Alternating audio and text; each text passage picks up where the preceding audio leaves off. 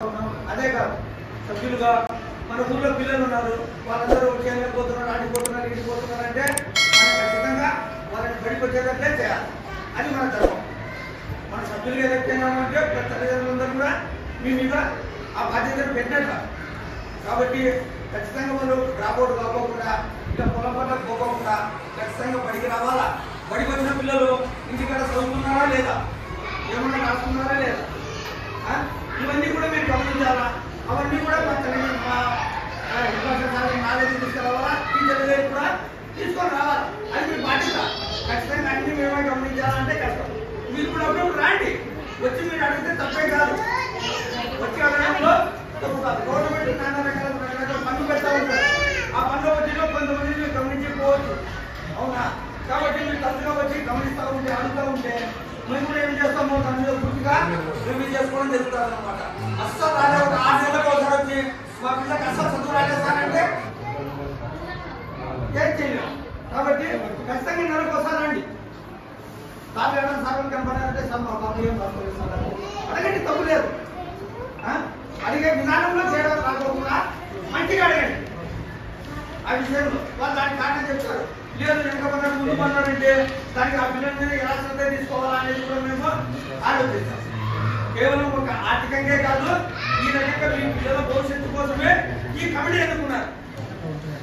కాబట్టి బడి డెవలప్మెంట్ కావడం కోసము మీరు వచ్చి మమ్మల్ని తరచుగా మాకు సంబంధం లేదు కదా, తల్లిదండ్రులు కాబట్టి ఎవరైనా రావచ్చు, ఎవరైనా అడగచ్చు. ఈ గ్రామ పౌరుడివా కాదను, ఈ గ్రామంలో మిగతా పిల్లలందరూ కూడా మీ పిల్లలకనే ఈ గ్రామంలో నువ్వు నివసిస్తున్నావు కాబట్టి ఎవరైనా అడగచ్చు. కానీ తల్లిదండ్రులు అయితే ప్రత్యేకంగా వాళ్ళ పిల్లలను గమనిస్తారు కాబట్టి మీరు వచ్చి అడగండి. ఆ పిల్లవాడిని అభివృద్ధి కావడానికి మీరు కూడా మనకు సహకరించండి. పలకలు లేవు, బల్బాలు లేవు, పెన్సిల్ లేవు, అవునా? ఇవన్నీ లేకుండా చెప్పండి.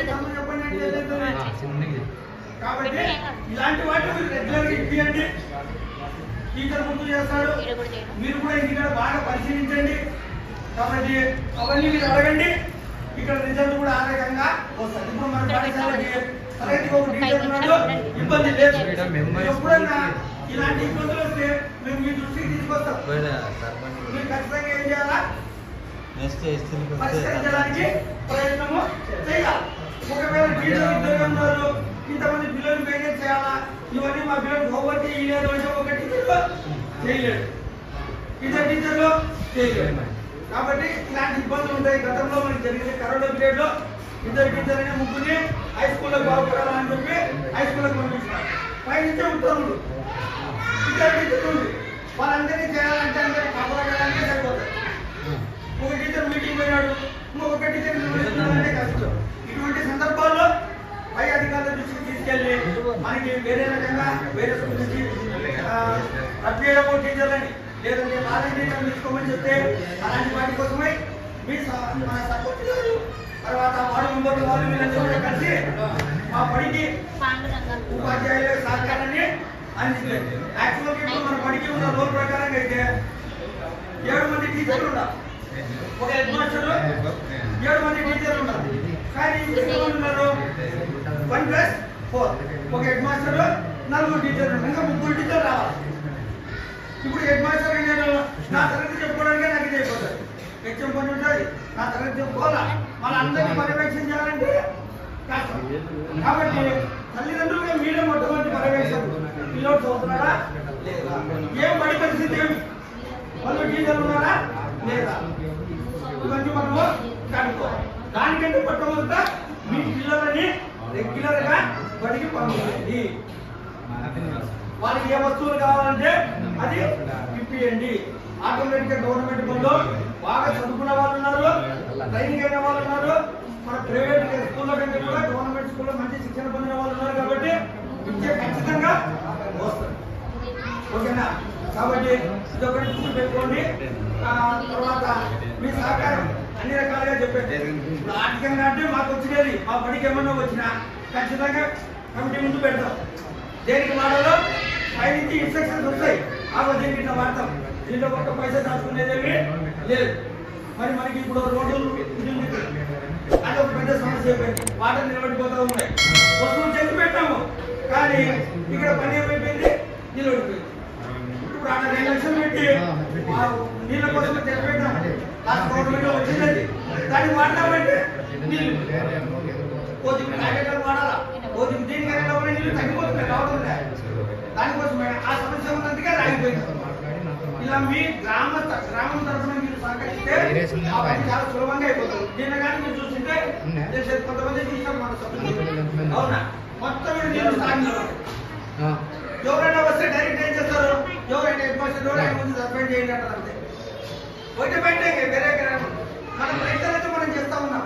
కానీ ఆ సహకారం ఇలాంటి వాడికి మీరు సహకారం అందించారనుకోండి, చక్కగా ముందుకు వెళ్తా ఉంటుంది. ఇంకా ఏదైనా లోపాలు ఉంటే డైరెక్ట్ గా రండి, పాఠశాలకు రండి, అడగండి, తప్పే లేదు. మా పిల్లలు లేరు కదా, నేను ఎందుకు ఒక పేరెంట్ అడిగినాడు, మా పిల్లలు లేరు కదా సార్, నేను ఎందుకు అడగాలన్నాడు. ఏమైనా నువ్వు ఈ గ్రామంలో ఉంటున్నావు కదా, మరి ఈ గ్రామంలో ఉంటున్నప్పుడు నీ డిస్ట్రిక్ట్ వచ్చినప్పుడు వాళ్ళు చదువుకున్నారో లేదు, మరి నీ సమస్య తెలిసినప్పుడు వచ్చి అడగాలి కదా.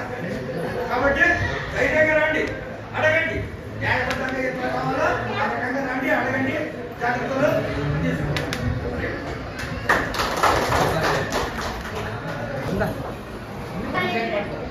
11 ఊరికే రావు కదా, ఇంతమంది ఎన్నుకున్నారంటే 200 మంది ఎన్నుకున్నారంటే ఏంది, 11 ఊరికి వస్తాయా, వీరంలో ఖర్చు పెడుతున్నారు.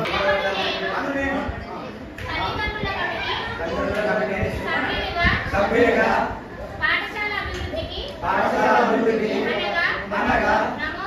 నమోదును పెంపొందించడంలో గుణాత్మక విద్యను పెంపొందించడంలో పిల్లల రోజువారీ హాజరును పెంపొందించడంలో బాలికా విద్యను అభివృద్ధి పరచడంలో డ్రాపౌట్లను లేకుండా చేయడంలో ప్రభుత్వం సూచించిన వివిధ పాఠశాల కార్యక్రమాలను అమలుపరచడంలో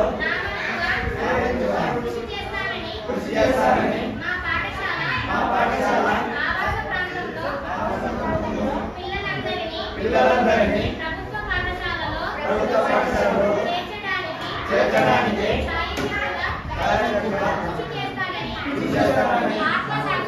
ఆత్మసాక్షిగా ప్రమాణం చేస్తున్నాను. అట్లాగే వైస్ చైర్మన్ ఇద్దరు కలిసి ప్రత్యేక దృష్టి పెట్టి పిల్లలు చదువు విషయంలో చదువు బంధనం ఏదైనా రాకపోయినా అధికారుల దృష్టికి తీసుకోకపోవడం ఇవన్నీ కూడా మన పిల్లల భవిష్యత్తు కోసం కష్టపడతారని రాబోయే కాలంలో మన స్కూల్ ఇంకా ముందు అభివృద్ధి చేసేదానికి మనం అంత ప్రయత్నం చేయాలి. ఇంకా రానులు ఉన్నారు, వాళ్ళ కోసం కూడా ఎవరికన్నా ఏదైనా సమస్య ఏర్పడితే మన పిల్లలకి మనము మీరే బాధ్యత, సర్పంచ్గా కూడా మా సహకారం కూడా ఉంటుంది.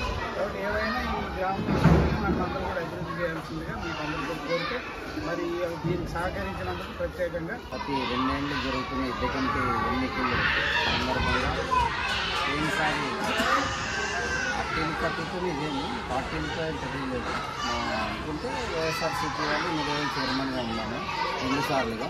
ఇప్పుడు మళ్ళీ కమ్యూనిస్ట్ పార్టీ అనుసంధానంలో వైఎస్ఆర్సీపీ మద్దతుదారులు మనమందరూ కలిసి ఊరిలో అందరూ ప్రశాంతమైన వాతావరణం ఉండాలనే ఉద్దేశంతో అందరూ కలిసి ఊరందరూ అభివృద్ధి కోసం కానీ ఊరందరూ చదువుల కోసం కానీ స్కూల్లో భోజనాలు బాగా ఉండాలా, బాగా తినాలా, బాగా విద్య పిల్లలు ఇక్కడి నుంచి మనూరు నుంచి ఇంకా బాగా అనుకున్నంత విద్యాలకు ఎదిగిపోవాలా, మంచిగా ఉండాలనే ఉద్దేశంతో ఊళ్ళో ఎవరు వచ్చినా కలుసుకోవాలనే ఉద్దేశంతోనే వాళ్ళతోనే కలిసిన ఇంతనే ఊరంతా కానీ కలిసిగా కొద్ది మంచి వాళ్ళని ఎన్నుకుందామనే ఆలోచనతోనే ఎన్నుకున్నాము.